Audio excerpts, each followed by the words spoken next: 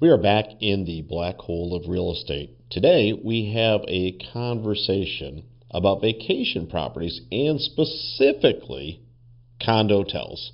This is something you're going to want to learn about and know about because this might just be your path into getting that beach house.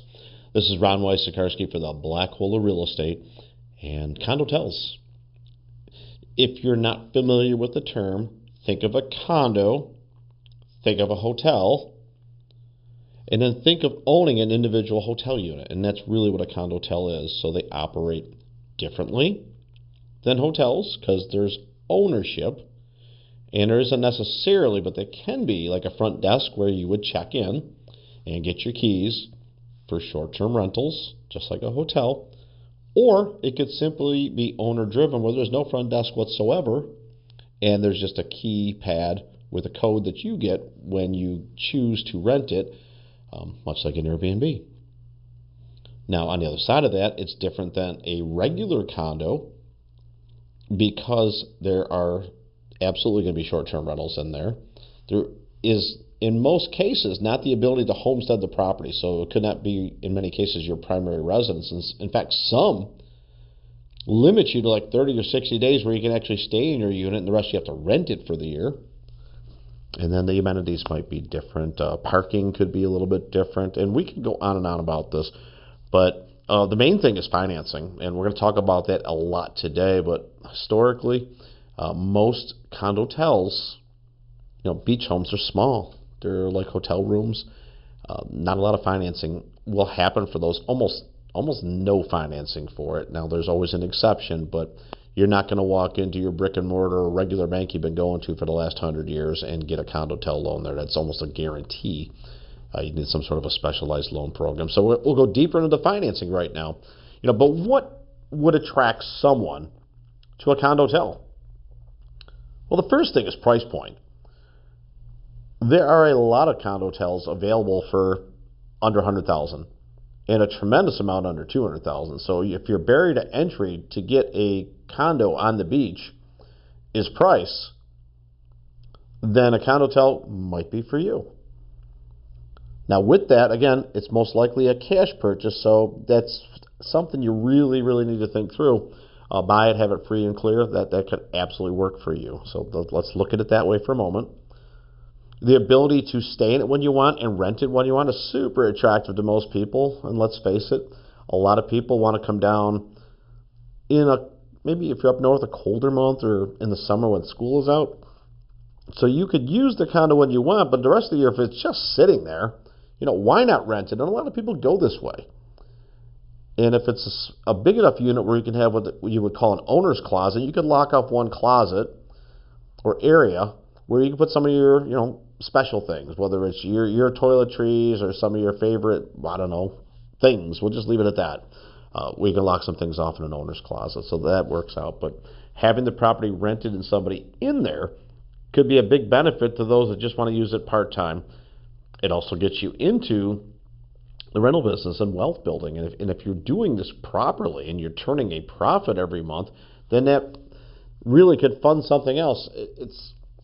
It's an interesting strategy where you could have a vacation rental like this, a condotel, where there's positive cash flow every month, and that money could actually be used to fund maybe a spot where it's just your second home, where nobody goes in there and nobody is renting it or sitting on your furniture, so to speak, or using your things, and then you don't need owner's closets.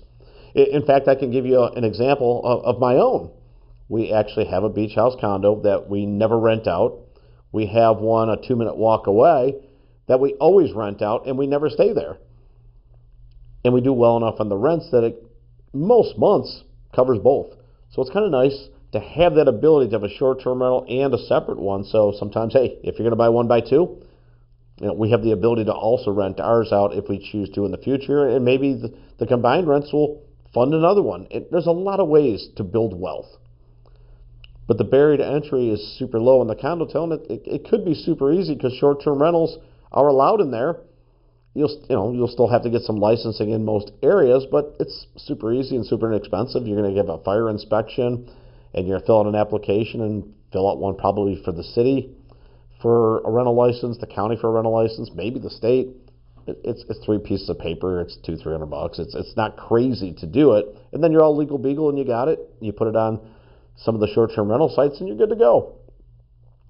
Now I do want to backtrack as far as we mentioned that it would be difficult to finance.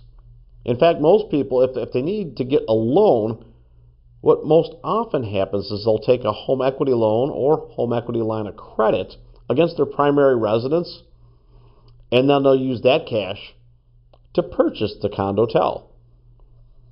There may or may not be a case for you to write off the interest on your primary residence. You'll have to check with your CPA on that. I can't really determine if you could do that or not, but it is a possibility. So borrowing against your primary residence, and then the beach house is free and clear, which means that any rent comes in is straight to pocket, minus your HOA fee and if you have taxes or insurance, to deal with as well. But it's not super expensive, so straight to pocket. It could be, good profits right out the gate. If you were thinking of financing, though, what you're going to run into is that they're going to call it a non-warrantable condo or non-warrantable condotel. It's a really long word. What it really means is more than 50% of the units are being used for rental purchases. So it's not primary residence, it's not second home. More than 50% are rentals. And that terms it very risky for the lender to look at, because their thought is that people will pay for their primary residence first. They'll pay for food, shelter, maybe their second home, but the rental is like third tier, not even third on the list, but third tier as far as what might get paid. So it's risky. They don't like to be in there, especially if there's some commercial spaces or restaurants or other things that might affect the quality of lifestyle and the marketability of it down the road if they had to foreclose on it. So it becomes extremely unlikely that a lender will loan money towards a condotel.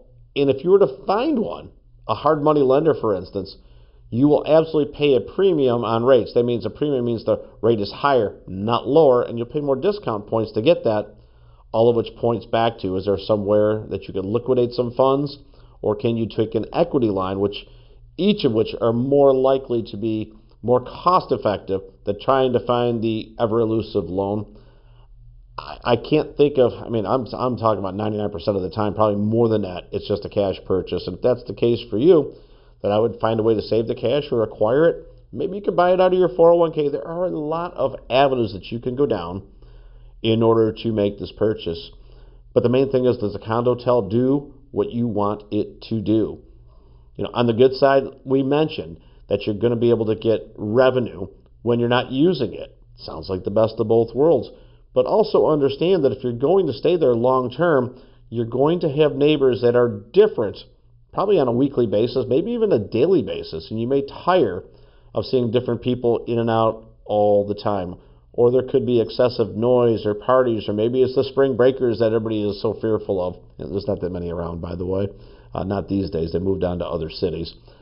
But with that said, you're going to have a different neighbor all the time, and you may or may not get along with them. So that if you were looking for something where a sense of community, where you knew your next door neighbor and you can keep an eye on things for each other, you may not have that in the condotel. That may cause you to look at a more traditional condo.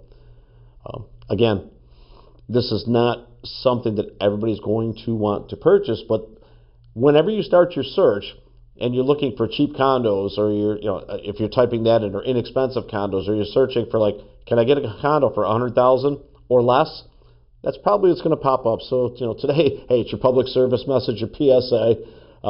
Condotels, don't be fooled. I'm telling you now, those are the ones that will come up as the lowest priced in almost every case. So just know what you get yourself into. If you have a way to get it financed, that's what you want to do. Man, more power to you.